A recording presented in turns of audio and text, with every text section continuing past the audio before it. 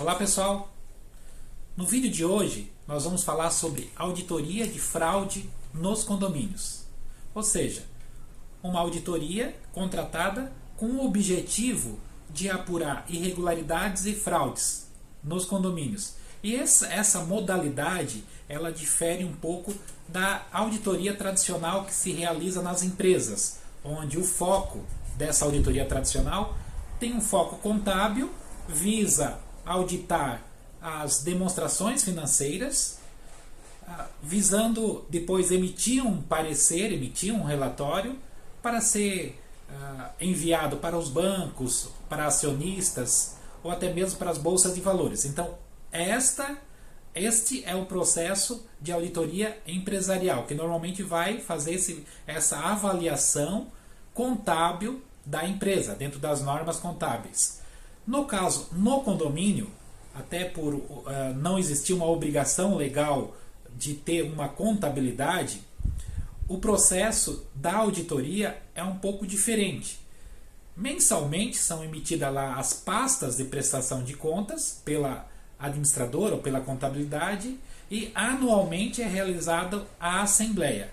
Nessa assembleia ordinária, normalmente tem lá a pauta de prestação de contas, eleição de síndico, previsão orçamentária.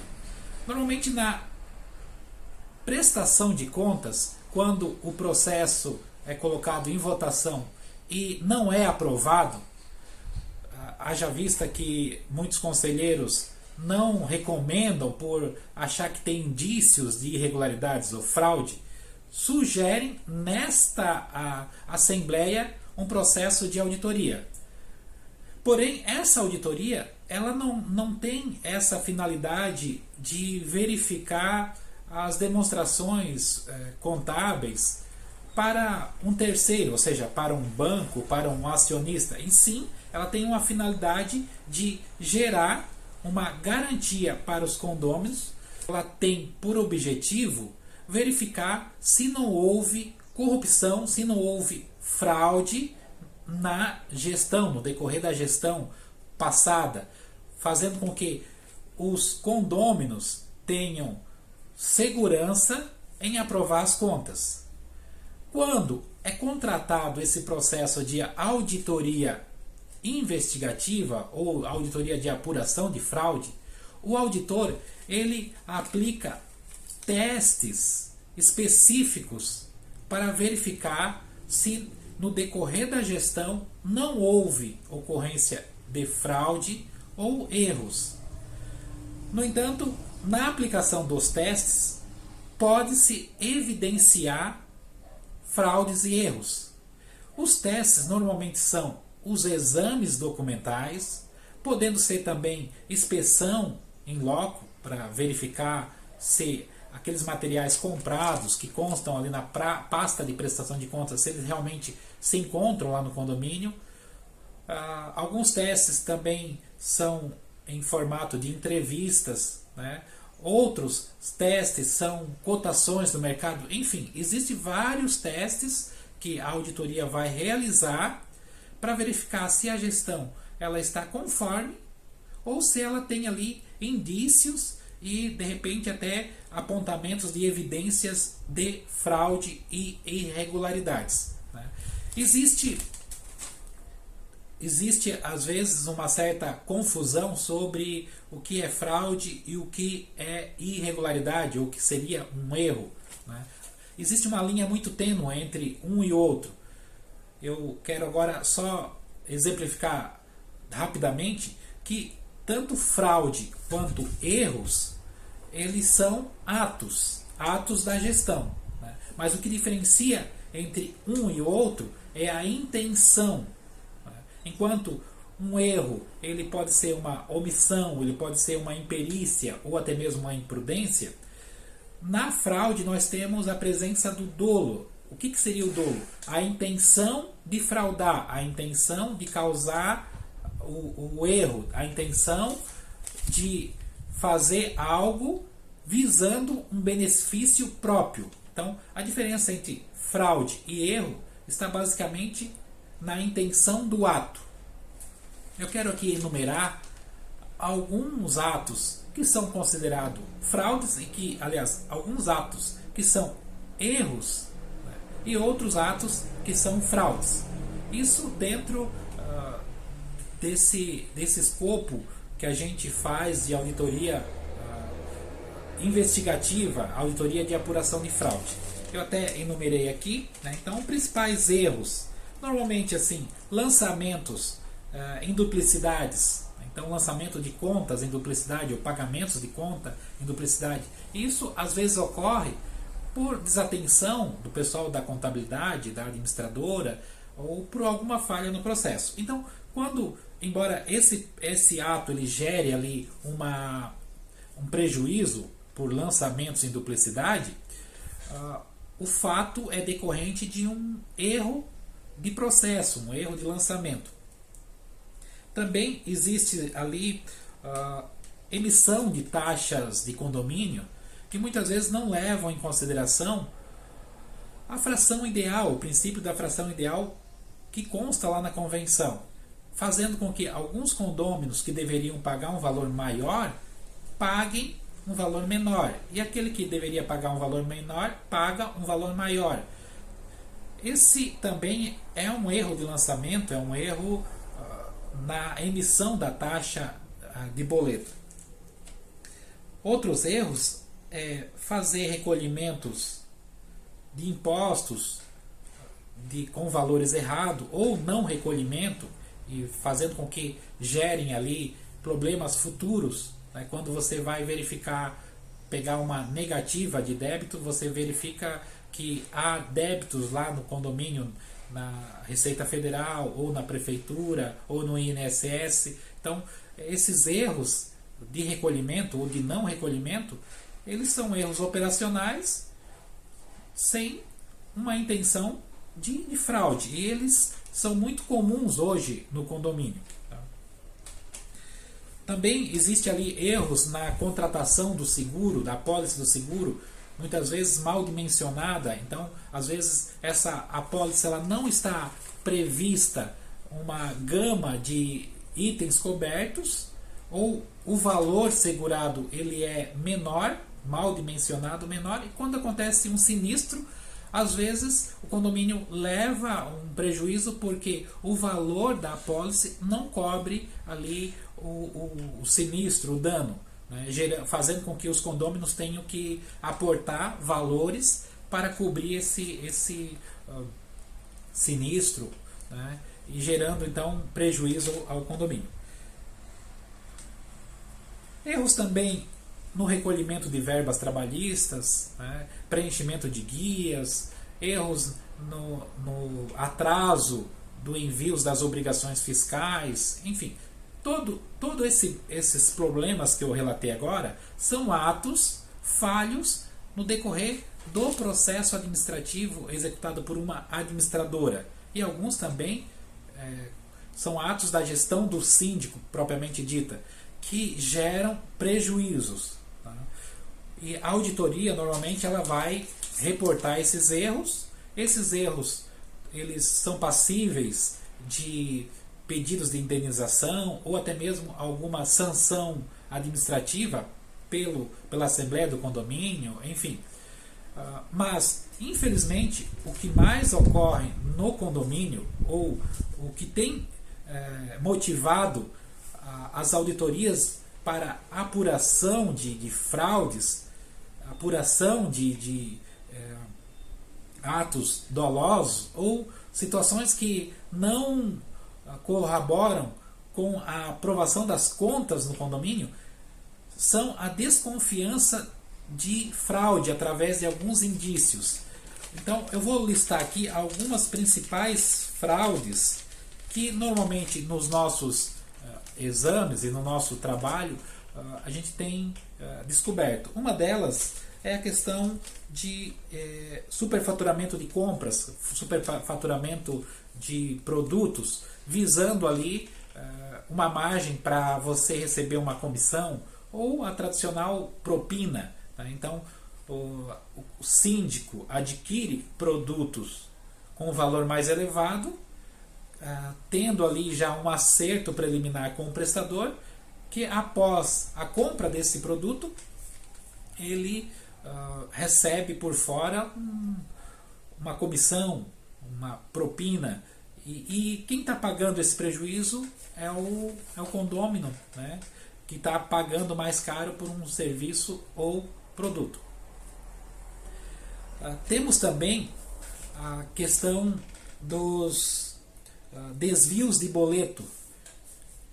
Ainda que hoje os boletos são registrados, muitas vezes administradores fraudulentos burlam o sistema, emitindo ali às vezes segunda via de boleto quando solicitado pelo condômino, porém destinado a abastecer uma outra conta que não seja a conta do condomínio. Ou seja, desvio de recurso para a conta de terceiros e não a conta do condomínio. Também há fraude de boleto, muitas vezes, quando se faz um acordo extrajudicial, um acordo sobre as cobranças de inadimplentes, né, onde esse acordo não está vinculado a um sistema, e aí o condômino vai lá no escritório do advogado, paga lá para o advogado, esse advogado passa esses valores depois para o síndico, e esses valores acabam não entrando na conta do condomínio. Enfim, existem várias situações, né, onde as fraudes de boleto elas ainda existem, apesar do filtro tecnológico. Apropriação indevida de valores, já tradicional. A questão de notas frias, onde apesar de ter a nota na pasta de prestação de conta, esse produto ele não foi fornecido, onde o síndico fraudador ou a administradora fraudadora ela faz um acerto com fornecedores para esses fornecedores entregarem algumas notas fiscais, e essas notas fiscais são cobradas do condomínio, porém são frias, elas não representam ali um serviço prestado. Às vezes o síndico ou a administradora ela tem acordos, conluios, né, espúrios, parcerias espúrias com prestadores de serviços, e esses síndicos ou até mesmo a administradora ela às vezes cria falsas demandas no condomínio para fomentar a prestação de serviço desses parceiros que têm certo acordos comerciais que mediante pagamento de comissão e tudo mais. Por exemplo, o que seria essas falsas demandas? É a contratação de um produto ou serviço que na prática o condomínio não está precisando. Tá? Então, seja um serviço de engenharia, um laudo ou a troca de extintores em período que não seja o período correto. Por exemplo, a troca dos extintores a cada 6 meses, lavação de caixa d'água a cada 2 meses. Então, por mais absurdo que isso possa acontecer, isso existe nos condomínios, né? Compra de produtos, contratação de serviços em falsa demandas, com o objetivo de beneficiar empresas, né, que têm parcerias e visam ali pagar comissionamento ou para o síndico ou para a administradora.